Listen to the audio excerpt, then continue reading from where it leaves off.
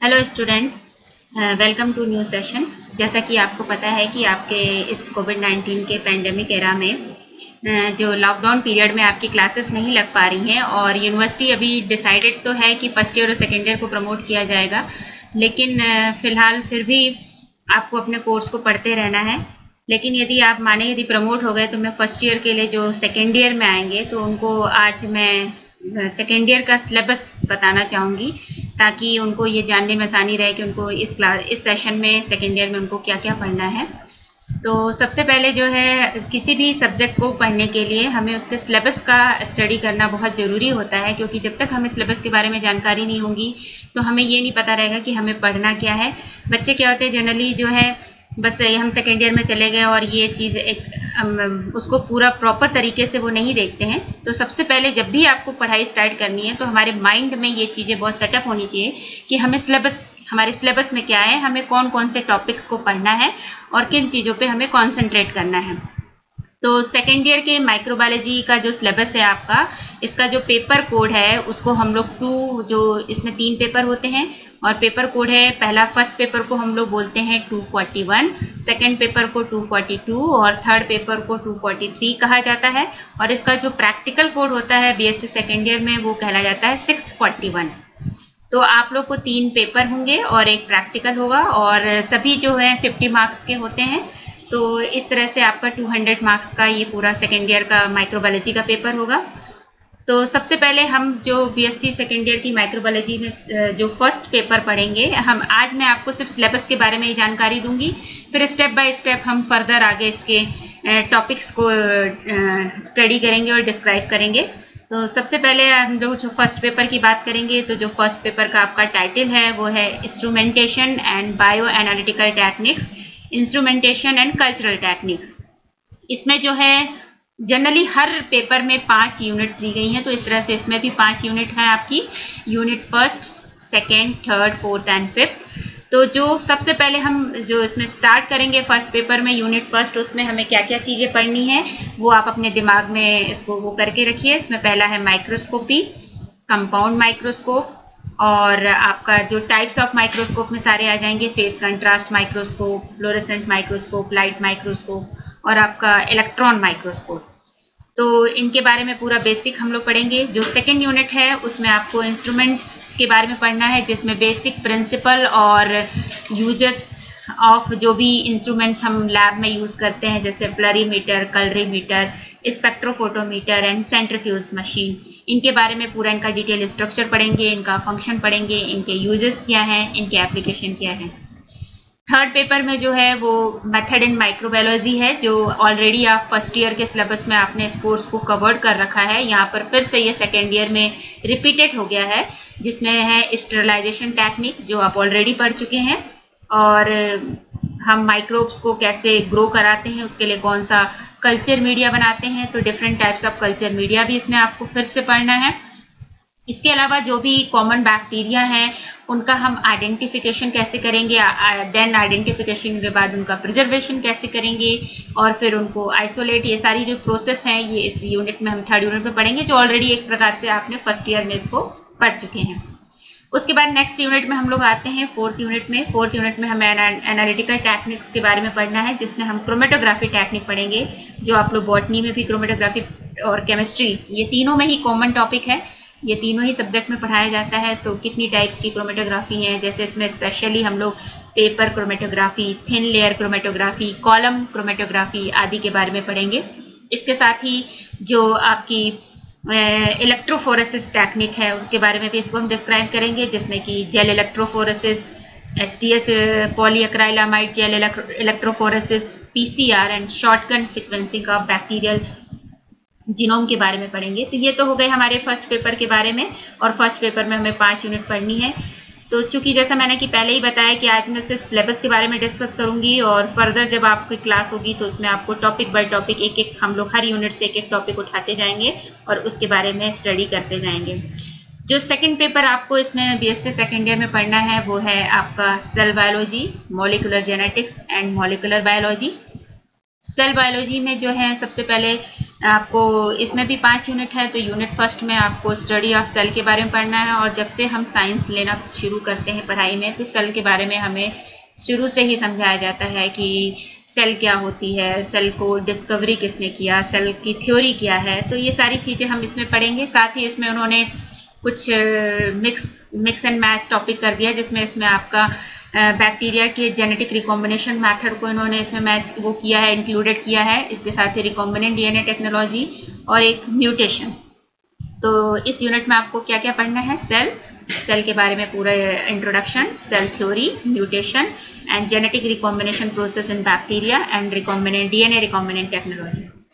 Second paper में पूरे आपको सेलुलर ऑर्गेनेल्स के बारे में पढ़ना है, जो ऑलरेडी आप 11th 12th और सब में पढ़ते चले आए होंगे कि आपके एक प्रॉपर सेल के अंदर कौन कौन से सेलुलर ऑर्गन्स होते हैं, like Golgi body, endoplasmic reticulum, ribosome, इन सब के बारे में पढ़ना है। Mitochondria, chloroplast, lysosome, peroxisome. और इसके साथ ही साइटोस्केलेटन स्ट्रक्चर के बारे में पढ़ना है, जिसमें माइक्रोट्यूब्यूल्स होते हैं, इनके बारे में इसमें इसको सब स्टडी करेंगे। थर्ड पेपर में हमें जो है जितनी भी प्रोकैरियोटिक सेल्स हैं, बैक्टीरियल सेल्स हैं, gram positive bacteria, negative cell wall structure, और इसमें कुछ खास इसके जो आपके कंपोनेंट्स हैं वो हैं प्रोटोप्लास्ट, स्फीरोप्लास्ट और मेम्ब्रेनस इन्विजिनेशन। इस तरह से आपको पढ़ाई करनी है। और इसमें जो यूनिट आपकी नेक्स्ट यूनिट है, जो नेक्स्ट यूनिट है उसमें आपको जो पढ़ना है वो है आपकी फोर्थ यूनिट में हम लोग सेल डिवीजन पढ़ेंगे। और सेल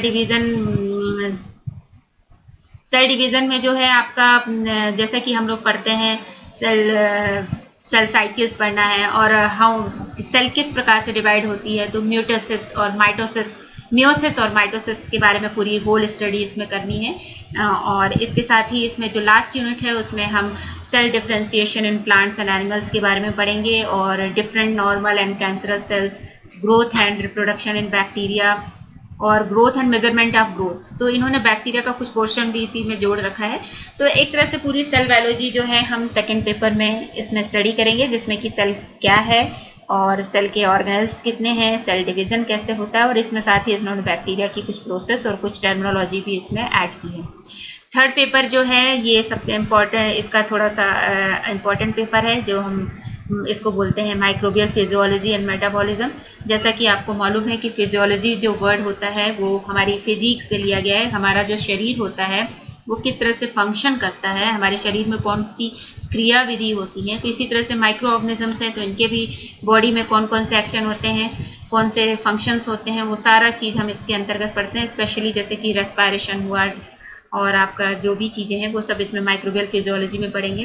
तो इसमें भी यूनिट फर्स्ट में जो है हम सबसे पहले जो है general account of microbial physiology पढ़ेंगे कि फिजियोलॉजी क्या होती है, किसे कहते हैं, मेटाबॉलिक प्रोसेस क्या होती है, इसका फंक्शन क्या है।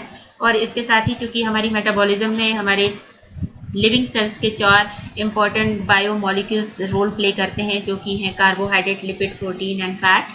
तो इनके बारे में जो है हम पूरा इनका स्ट्रक्चर और फंक्शन इसी यूनिट में हम स्टडी करेंगे।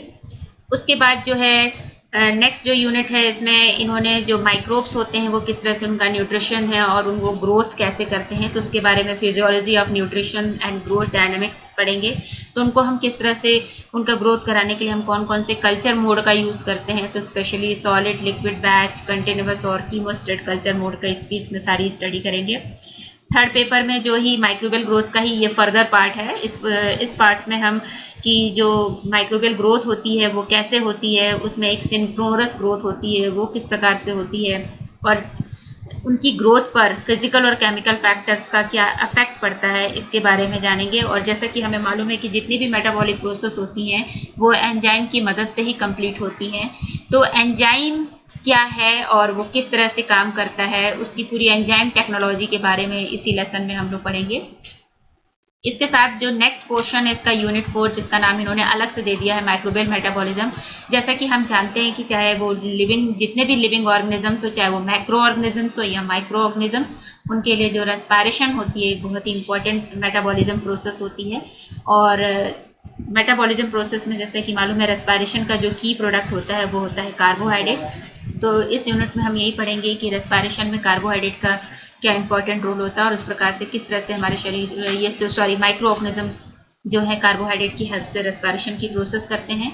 तो उसमें कुछ माइक्रो ऑर्गेनिजम्स जो कि यूनिसेलुलर होते हैं, हम सभी तो मल्टी सेलुलर है, हम एरोबिक ही ऑर्गेनिजम्स होते हैं, विदाउट ऑक्सीजन नहीं सर्वाइव कर सकते। लेकिन माइक्रो ऑर्गेनिजम्स ऐसे जीव होते हैं जो कुछ सम स्पीशीज ऑफ माइक्रोब्स जो होते हैं वो विदाउट ऑक्सीजन भी ग्रो करते हैं, जिन्हें हम एनारोबिक माइक्रो ऑर्गेनिजम्स कहते हैं। तो उनमें किस तरह से कार्बोहाइड्रेट मेटाबॉलिज्म की प्रोसेस होती है, तो ये सारी चीज़ें उसमें metabolism process, electron transport system, oxidative phosphorylation process आदि सारा डिटेल इसका स्टडी करेंगे, बायोकेमिकल पाथवे का। उसके बाद इस पेपर में जो आपका लास्ट है वो यूनिट 5, उसमें हम लोग नाइट्रोजन साइकिल के बारे में पढ़ेंगे, और कि जो नाइट्रोजन एसिमुलेशन है इनऑर्गेनिक नाइट्रोजन का, वो माइक्रोब्स के अंदर कैसे होता है, नेचर में नाइट्रोजन किस प्रकार से एटमॉस्फेयर से वापस माइक्रोब्स के द्वारा प्लांट्स में या प्लांट से हायर एनिमल्स में सर्वाइव कर मतलब वो मूव करती है, उसके बारे में पूरी डिटेल स्टडी करेंगे। और तो नाइट्रोजन साइकिल में जैसा कि आपने पहले भी पढ़ा होगा 10th 11th 12th में, इसमें हम लोग नाइट्रीफिकेशन, अमोनिफिकेशन और उसको करने वाले कौन कौन से माइक्रोब्स हैं, जो कुछ सिम्बियोटिक माइक्रोब्स होते हैं जो नाइट्रोजन फिक्सेशन की प्रोसेस करते हैं, कुछ एसिम्बियोटिक माइक्रोब्स होते हैं नाइट्रोजन फिक्सेशन की प्रोसेस करते हैं। तो ये सारी चीज़ें हम लोग इसको स्टडी करेंगे। तो ये तो हो गया आपका थ्योरेटिकल पार्ट्स। तो इस प्रकार से 3 पेपर हो गए आपके, फर्स्ट पेपर, सेकंड पेपर और थर्ड पेपर। फर्स्ट पेपर आपका इंस्ट्रूमेंटेशन हो गया, सेकंड पेपर आपकी सेल बायोलॉजी हो गई और थर्ड पेपर हो गया माइक्रोबियल फिजियोलॉजी। उसके बाद इसमें आपका जो है प्रैक्टिकल पोर्शन है। तो प्रैक्टिकल पोर्शन में जो है इसमें हम लोग यही सारी चीज़ें जो हम लोगों ने सेलुलर ऑर्गेनल्स देखे हैं उनको हम उसकी परमानेंट स्लाइड की स्टडी करेंगे, स्टेरिलाइजेशन प्रोसेस को समझेंगे, कल्चर मीडिया कैसे बनाते हैं, और स्टेनिंग टेक्निक भी, इसमें different type of staining technique को भी पढ़ेंगे। तो इस तरह से इसका प्रैक्टिकल पोर्शन भी कंप्लीट होगा। तो सबसे पहले क्या है, चूँकि जैसा कि पहले ही मैंने बोला कि ये आपका लॉकडाउन, कोरोना वायरस का जो पैंडेमिक चल रहा है, जिसकी वजह से आपके कॉलेजेस नहीं खुल पा रहे हैं क्योंकि इन्फेक्शन बहुत तेज़ी से स्प्रेड हो रहा है। तो जब तक कॉलेजेस नहीं खुल रहे हैं तो हम पढ़ाई जो है हम ऑनलाइन इस तरह से ही करेंगे। तो लेकिन सबसे पहले क्लासेस स्टार्ट करने से पहले आपको क्लासेस का जो बेस फाउंडेशन है, सिलेबस के बारे में जानना बहुत ज़रूरी है। तो आज मैंने आपको ये BSc सेकेंड ईयर का पूरा सिलेबस समझाया है। इस सिलेबस को आप लोग अपने उसमें नोट करिए या उसको अपने कॉपी में एक लिखिए, और उसके बाद जो अब नेक्स्ट जो क्लास में लूँगी उसमें आपको प्रॉपर टॉपिक बाय टॉपिक इसको एक एक चैप्टर को हम लोग समझाते जाएंगे और समझेंगे।